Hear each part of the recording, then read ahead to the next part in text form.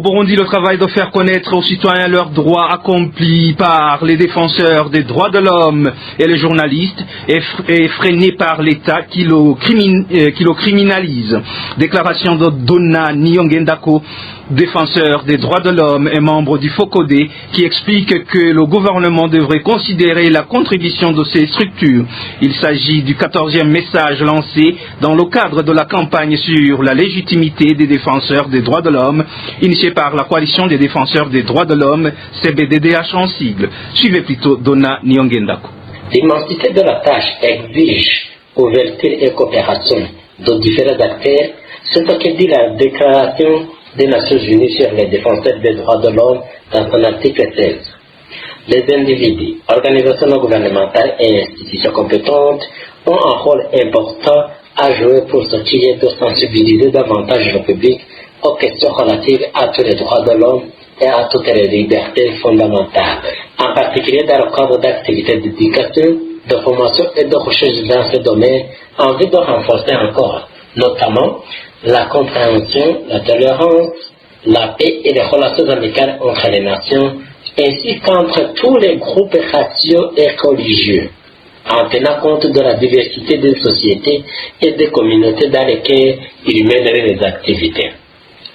Un environnement sûr et propice suppose l'ouverture de l'espace civique par des lois qui s'inspirent des conventions et traités internationaux, ainsi qu'une volonté manifeste de la part du gouvernement d'agir en faveur des droits et libertés. Au Burundi, par contre, le fait que les allégations de violations des droits de l'homme sont à la charge des responsables des différentes institutions de l'État constitue une menace à la protection des acteurs engagés dans la promotion des droits humains. En plus, différents acteurs au sein de la société, notamment les organisations de la société civile,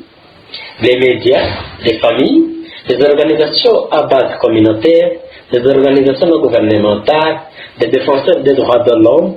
le secteur privé, perdent confiance dans les agents de l'État qui criminalisent le travail pour freiner les initiatives.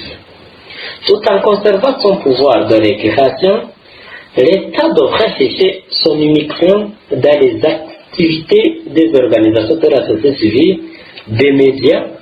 et des confessions religieuses. Conformément à la loi numéro 1 par 19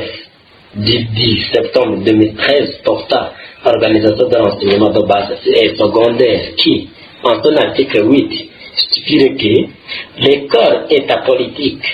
ni l'activité apolitique n'y est autorisée. Nous exhortons le gouvernement à se conformer à la loi qui a lui-même adopté en protégeant le caractère apolitique de l'école pécuniaire, de la jouissance et de la revendication des droits humains.